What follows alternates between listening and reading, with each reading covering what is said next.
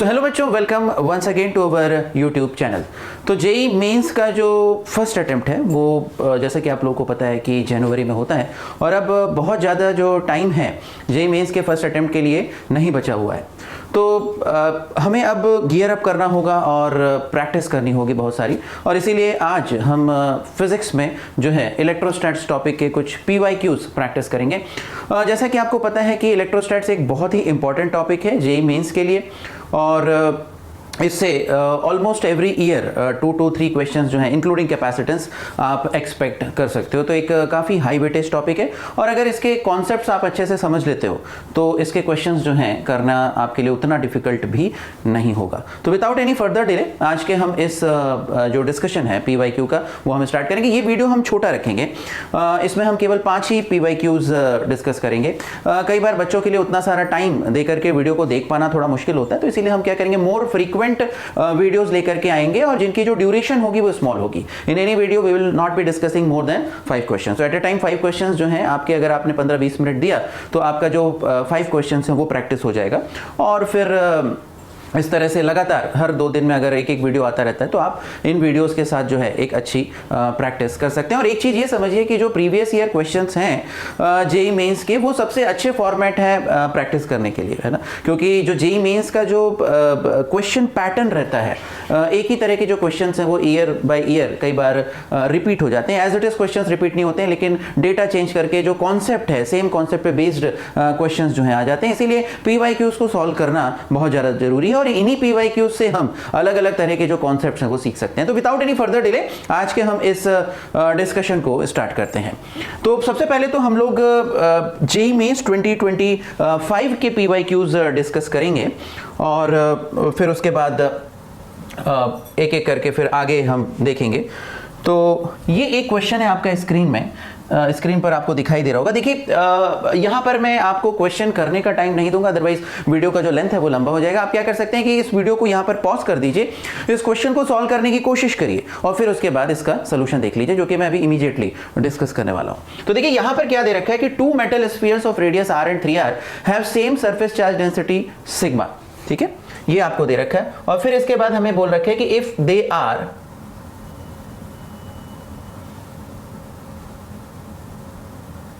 yes, so if they are brought in contact and then separated, the surface density on a smaller sphere and bigger sphere becomes sigma 1 and sigma 2 respectively. The ratio of sigma 1 by sigma 2 ये आपसे पूछा गया है। तो देखिए यहाँ पर सबसे पहले क्या दिया गया है कि आपको दो स्फीयर्स दिए गए हैं जिनका कि रेडियाई जो है एक का r है और एक का 3r है। तो जल्दी से हम इसको एक बार देख लेते हैं। एक स्फीयर का जो रेडियस है इट इज r, और एक स्फीयर है उसका जो रेडियस है इट इज 3r। तो ये r रेडियस है और ये 3r रेडियस का स्फीयर आपको दिया हुआ है। Now if they are brought in contact का मतलब है दोनों को टच कर दिया। देखिए इलेक्ट्रोस्टैट्स में एक कॉन्सेप्ट बहुत ही ज्यादा इंपॉर्टेंट है कि अगर 2 कंडक्टर्स को, मेटल का मतलब कंडक्टर ही होता है, अगर 2 कंडक्टर्स को हम आपस में कॉन्टैक्ट में लेकर के आते हैं तो उनका जो पोटेंशियल वो सेम हो जाता है। इसको ध्यान में रखना है कि 2 कंडक्टर्स को यदि आप आपस में कॉन्टैक्ट में लेके आओगे तो उनका जो पोटेंशियल है वो सेम हो जाएगा। तो यहां पर भी जब आप इन 2 स्फीयर्स को आपस में कॉन्टैक्ट में लेकर के आओगे तो इनका जो पोटेंशियल है वो क्या हो जाएगा, सेम हो जाएगा। ठीक है, तो इनिशियली इनकी जो चार्ज डेंसिटी थी वो सेम थी, इनिशियली जो चार्ज डेंसिटी थी वो सेम थी। अब हमसे क्या पूछा गया है, फाइनल चार्ज डेंसिटी पूछी गई है। ठीक है, तो अगर हम देखें कि जो पोटेंशियल ऑफ, मान लीजिए इस पे टच करने के बाद जो इस पे चार्ज आ जाता है वो क्या होता है, सपोज टच करने के बाद इस पे Q1 चार्ज आ जाता है और इस पे Q2 चार्ज डेवलप हो जाता है। ठीक है, तो इनका अगर हम पोटेंशियल बराबर कर दें तो KQ1 by R that will be equal to KQ2 by 3R। ये इनका जो पोटेंशियल है ये बराबर हो जाएगा। ठीक है, यहां से अब आप अगर Q1 बाय Q2 की बात करते हैं, Q1 by Q2 that is equal to 1:3। देखिए Q1 बाय Q2 जो है आपका 1:3 निकल के आ रहा है सर। ठीक है, अब अगर हम कहें कि जो फर्स्ट स्फीयर है इसकी चार्ज डेंसिटी सिग्मा 1 दे रखी है, सेकेंड स्फीयर की जो चार्ज डेंसिटी है सिग्मा 2 दे रखी है, तो तो सिग्मा 1 और सिग्मा 2 के टर्म्स में हम Q1 Q2 को लिख सकते हैं। तो Q1 क्या आ जाएगा, sigma 1 into 4 pi r square, और Q2 क्या हो जाएगा सर, ये हो जाएगा सिग्मा 2 इंटू 4 पाई 3r का होल स्क्वायर। तो दिस विल बिकम, ये तो सेम ही रहेगा, 4 पाई सिग्मा 1 आर स्क्वायर, और ये हो जाएगा 3 का, या आप ऐसे बोल सकते हैं कि 9 into 4 pi sigma 2 r square. ठीक है, अब Q1 बाई Q2 जो है वो 1:3 दिया हुआ है सर, तो इसको आप, इसका मतलब Q1 बाई Q2 का जो रेशियो है वो 1:3 है। तो बस अब कुछ नहीं करना है, यहां पे हम लिख देते हैं कि Q1 बाई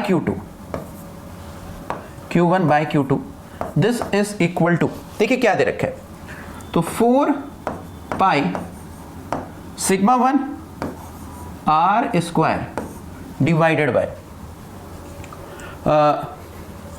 9 इंटू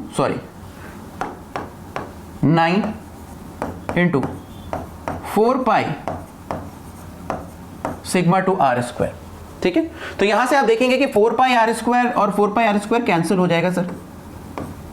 ठीक है, तो यहां से ये आपके पास आ जाएगा Q1 by Q2 that is equal to sigma 1 by 9 sigma 2। ठीक है, और फर्स्ट इक्वेशन से, यहां पे जो इक्वेशन थी इससे हमारे पास आया था कि Q1 by Q2 that is equal to 1/3, तो यहां पे लिख दीजिए 1/3। तो यहां से आप देखेंगे कि अगर आप सिग्मा 1 बाय सिग्मा 2 निकालने की कोशिश करेंगे तो क्या आ जाएगा sir, sigma 1 by 9 sigma 2 that is equal to 1/3, और इधर से सिग्मा 1 बाय सिग्मा 2 ये आपका 3:1 आ जाएगा। ठीक है, सिंपल। तो यहां पे जो आंसर होगा वो डी होगा कि the ratio of sigma 1 by sigma 2 ये 3:1 निकल के आएगा। बहुत ही सिंपल सा हमने कॉन्सेप्ट यूज किया यहाँ पर कि अगर सबसे पहले यहाँ पे कौन कौन से कॉन्सेप्ट्स इन्वॉल्व हैं। सबसे पहले आपको ये चीज़ पता होनी चाहिए कि जो स्फीयर होता है, मेटालिक स्फीयर या कंडक्टिंग स्फीयर होता है, उसका जो पोटेंशियल होता है that is KQ by R। Okay, उसका जो पोटेंशियल होता है KQ बाय R होता है। दो कंडक्टर्स को यदि आप आपस में कॉन्टैक्ट में लेकर के आते हो तो उनका पोटेंशियल जो है वो सेम हो जाता है। तो हमने क्या मान लिया कि कॉन्टैक्ट में लेकर के आने के बाद जो उनके जो चार्जेस थे वो Q1 Q2 थे, तो यहाँ पर आप देखेंगे कि KQ1 by R is equal to KQ2 by 3R, दोनों का पोटेंशियल हमने सेम कर दिया। इससे Q1 बाय Q2 1:3 निकल के आ गया। अब Q1 को जो है हमने सिग्मा 1 और सिग्मा 2 के टर्म्स में लिख लिया, तो Q1 क्या आएगा sir, sigma 1 into 4 pi r square यानी 4 पाई सिग्मा 1 आर स्क्वायर, और Q2 क्या आएगा, sigma 2 into 4 pi 3R whole square यानी कि 9 into 4 pi sigma 2 whole r square. फिर इसके बाद हमने इसको डिवाइड कर दिया, राइट, डिवाइड कर दिया, तो यहां पे क्या आ जाएगा, sigma 1 Q1 by Q2 is equal to sigma 1 by 9 sigma 2 which is equal to 1/3, और फिर आप सॉल्व करके इसका आंसर आराम से निकाल सकते हैं। So this is the thing and then we go to the next question.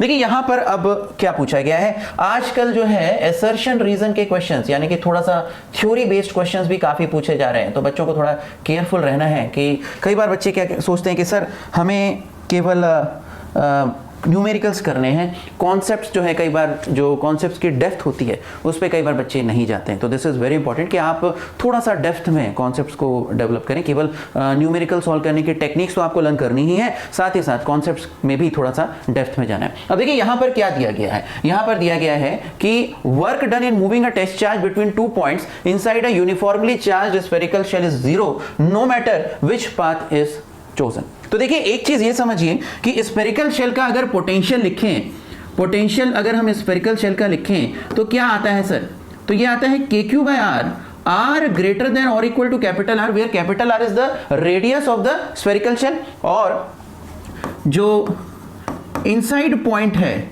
इसके लिए it is KQ by capital R, यानी कि अंदर वाले पॉइंट के लिए जो स्फेरिकल शेल का पोटेंशियल रहता है वो कांस्टेंट रहता है, ये आपको ध्यान में रखना है। अंदर वाले पॉइंट के लिए जो स्फेरिकल शेल का पोटेंशियल है दैट इज कांस्टेंट, ये आपको समझ में आना चाहिए। तो अगर पोटेंशियल कांस्टेंट है ध्यान से सुनिए। अब यहाँ पे अगर अंदर वाले पॉइंट के लिए पोटेंशियल अगर स्फेरिकल शेल का कांस्टेंट है, ये आपका मान लीजिए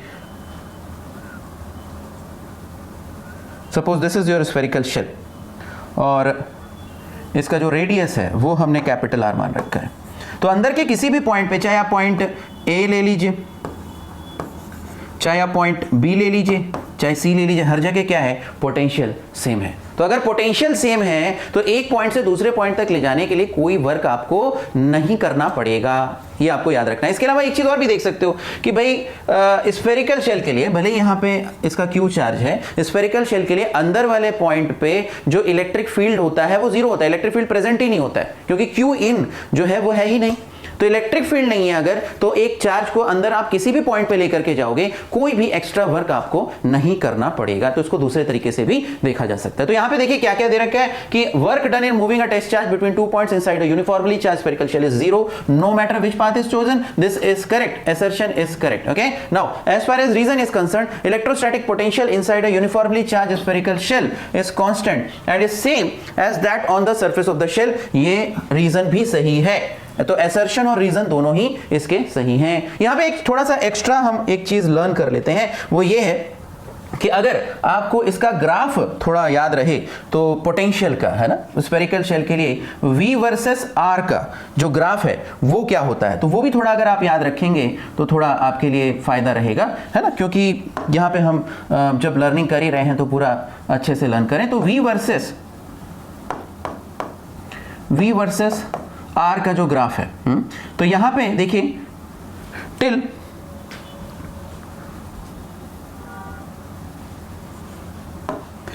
R is equal to capital R, जो पोटेंशियल है वो क्या रहता है, कांस्टेंट रहता है। ठीक है, till R is equal to capital R, potential आपका कांस्टेंट रहता है। किसके बराबर होता है sir, KQ by capital R के बराबर होता है। और फिर यहां पे आप देखेंगे कि V is inversely proportional to R। ठीक है, इसीलिए आपको क्या दिख रहा है, एक रेक्टेंगुलर हाइपरबोला का ग्राफ वहां पे दिखाई दे रहा है। तो दैट्स इट, ये क्वेश्चन भी कोई बहुत ज्यादा डिफिकल्ट क्वेश्चन नहीं था। अब हम आगे बढ़ते हैं, नेक्स्ट क्वेश्चन पे जाते हैं। फाइन, अब देखिए यहां पर क्या दे रखा है, यहां पर क्या दे रखा है, देखिए यहां पर electric charge is transfer to an irregular metallic disc. Irregular metallic disc का मतलब है कि जो उसका शेप है वो यूनिफॉर्म नहीं है, हर पॉइंट पे जो उसका रेडियस ऑफ कर्वेचर है वो सेम नहीं है, ये ध्यान में रखना है। ठीक है, तो इर्रेगुलर मेटालिक डिस्क यहां पे दे रखी है और अलग अलग पॉइंट्स पे sigma 1, sigma 2, sigma 3 and sigma 4 are the charge densities at given points. तो देखिए ये जो मेटालिक डिस्क है, कोई भी कंडक्टर है, कोई भी मेटल है, उसके लिए एक प्रॉपर्टी जो है आपको याद रखनी होगी। इसका जो डेरिवेशन है उसमें हम यहां पे नहीं जाएंगे, बट यहां पे जो प्रॉपर्टी है वो ये है कि sigma into r is equal to constant, ये आपको ध्यान में रखना है। What is sigma? Sigma is the charge density at that point. And what is R? R is the radius of curvature at that point. Okay? So sigma, this is for any given point. For any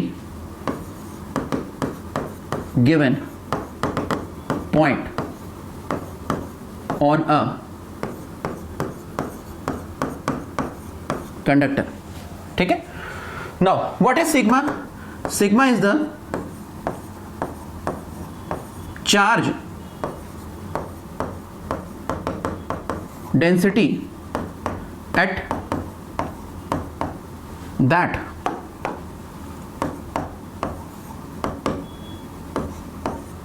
given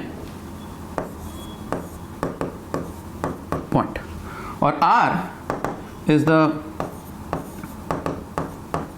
radius of curvature at that given point। इस पर ध्यान रखना है। तो अब देखिए यहां पर इस रिलेशन से हमें एक चीज ये पता लगती है कि sigma at any given point is inversely proportional to the radius of curvature. Sigma at any given point is inversely proportional to on a conductor. ये जो डिस्कशन है कंडक्टर के लिए वैलिड है। तो for a conductor sigma at any given point is proportional to inversely proportional to radius of curvature. तो बस फिर कोई दिक्कत नहीं है।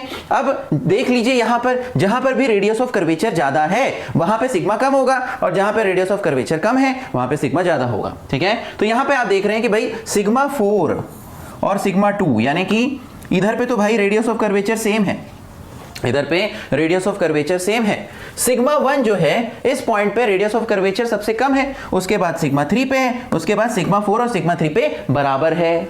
ठीक है सर, तो यहां पे आप जब देखेंगे तो यहां से क्या कंक्लूजन निकाला जा सकता है, क्या कंक्लूजन यहां पे आप निकाल सकते हैं सर? तो कंक्लूजन ये निकलेगा कि sigma 1 is greater than sigma 3 is greater than sigma 4 is equal to, अब सिग्मा 4 और सिग्मा 2 ये दोनों बराबर हैं, इज ग्रेटर देन सिग्मा 4 और यहां पे सिग्मा 4 और सिग्मा 2 दोनों बराबर हैं। ठीक है, तो यहां पे अब देखिए sigma 1 is greater than sigma 3, definitely sigma 2 ये ऑप्शन सही है। इसके बाद sigma 1 is greater than sigma 2, yes, and sigma 3 is also greater than sigma 4, that is also correct. Sigma 1 is equal to sigma 3, ये इनकरेक्ट है sir, इसको हटा दीजिए। Sigma 1 is less than sigma 3, sir ये भी इनकरेक्ट है, इसको भी हटा देते हैं। Sigma 1 is equal to sigma 2 is equal to sigma 3, ये भी इनकरेक्ट है, ये भी इनकरेक्ट है। ठीक है, तो यहां पर थोड़ा सा लग रहा है मुझे कि कुछ प्रिंटिंग एरर है या टाइप करने में मिस्टेक हुई है, क्योंकि देखिए सी और डी ई जो ऑप्शंस हैं ये सेम दिखाई दे रहे हैं। Greater than sigma 2 is equal to sigma 4, ये सी ऑप्शन में करेक्शन है, और अगर ये ऑप्शन होता है तो ये सी ऑप्शन भी यहाँ पे क्या हो जाएगा, सी ऑप्शन भी यहाँ पे करेक्ट हो जाएगा। ठीक है, this C option will also become correct, fine. तो यहाँ पे फिर हम देखेंगे कि ए, बी और सी ये जो है ये सही ऑप्शन यहाँ पे हो जाएगा। तो देखिए बच्चों यहाँ पे इस क्वेश्चन में क्या दे रखा है, तो इस क्वेश्चन में आपको एक वायर दे रखा है जिसकी जो चार्ज डेंसिटी है दैट इज 2 नैनोकूलम पर मीटर। ठीक है, और इस हमें क्या निकालना है कि क्यूब से नेट फ्लक्स निकालना है, और जो वायर है it passes through any 2 corners which are maximally displaced. अब देखिए क्यूब में जो मैक्सिमली डिस्प्लेस्ड कॉर्नर्स होते हैं वो क्या होते हैं, हाँ, जो दो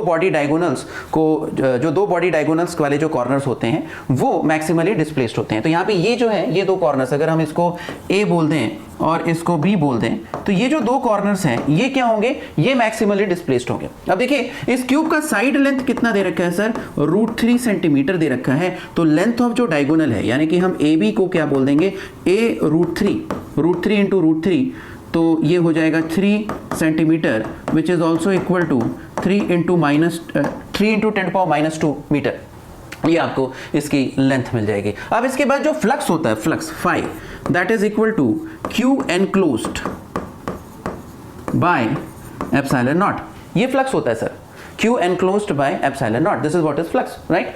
तो यहां पर हमें क्या करना पड़ेगा कि इस क्यूब के अंदर में वायर का जो लेंथ है, कितना लेंथ है, उसके डायगोनल के बराबर की लेंथ है, उस लेंथ में कितना चार्ज है वो हम पता कर लेंगे सर। तो कैसे पता करेंगे, कोई बड़ी बात नहीं है, Q एनक्लोज्ड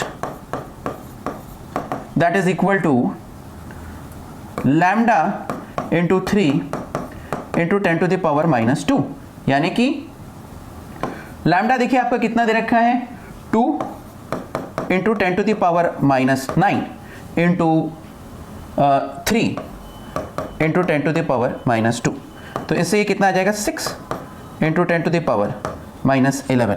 ठीक है, ये तो आपका Q एनक्लोज्ड आ गया। एप्सिलॉन नॉट की वैल्यू सर हम यहां से निकाल लेंगे, ये जो डेटा दिया हुआ है इससे एप्सिलॉन नॉट निकल के आ जाएगा 1/36 पाई इंटू 10⁻⁹, या 1/एप्सिलॉन नॉट कितना निकल के आ जाएगा, तो ये आ जाएगा 36 पाई, या यस 36 पाई इंटू 10⁻⁹, ये 1/एप्सिलॉन नॉट आपका निकल के आ जाएगा।